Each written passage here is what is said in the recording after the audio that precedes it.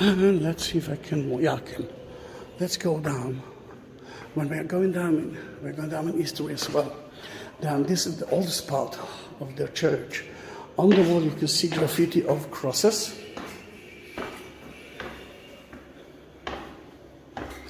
And we are reaching the Armenian part. Armenia is so small, but then why they have so many places here in the city and in the church? There is a Christian quarter and there is an Armenian quarter, which are Christian as well. Mainly because they were here 30 years before Constantine converted the rest. Then as a nation, they converted themselves, converted into Christianity at 301. Ararat used to be part of Armenia, but now it was occupied by Turkey. You can see it from Armenia, but it's not owned by Armenia. And in that beautiful mosaic, you can see 9 cities that have been destroyed by the Turkish, by the Ottomans at 1915. What we study from it, nothing. There are so many things that I can talk about St. Helena Chapel, because the history of the Armenians is all over here, but we are skipping that place and heading to the oldest part of the church. And that's when they found the true cross. So many people ask me, how do you know? Is it true, is it not? Well, we don't know. But there are traditions, ancient traditions, from beginning of time, beginning of the church. And why not to believe that they found the crosses? They actually found 3 crosses. Remember, Jesus wasn't crucified by himself. Then an old, sick Jewish woman was taken to here. One cross touched her body, nothing happened. The second one, nothing happened. And the third one, he already knows what's happened. Then you can see St. Helen with a cross, and the place where they found the cross, the exact site is according to tradition right here. But let's talk about what's actually happened here. King Herod used that place as a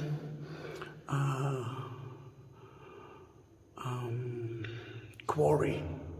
The stones for the temple came from here. Then you can see here part of the quarry. Why here? Because here he could find beautiful white stones. Here is part of the quarry. After he died, that place became to be a burial site because no one actually used it.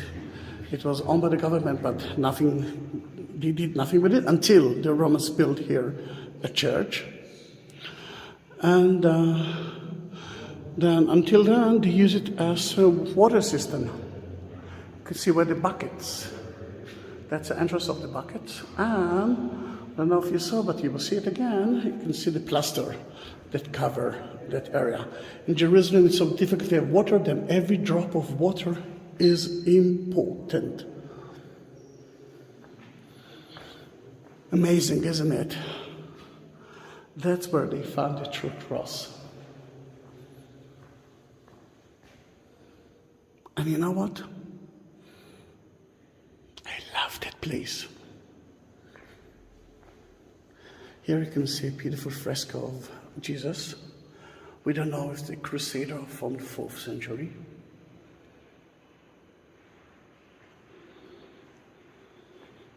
That part belongs to the Catholic, but everyone can come to here and pray.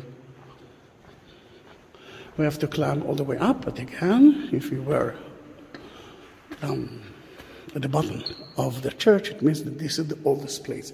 And if we're talking about oldest place, at the other side of the St. Helena Chapel, we are reaching back St. Helena Chapel.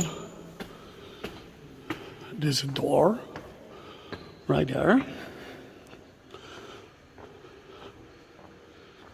that can lead you to remains of the Roman church.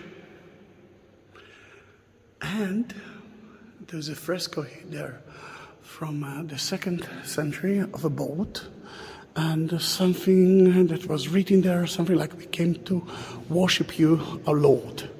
It might be the first fresco, Christian fresco, in that church.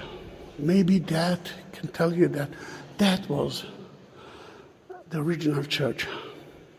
And that was the original church until the 19th century.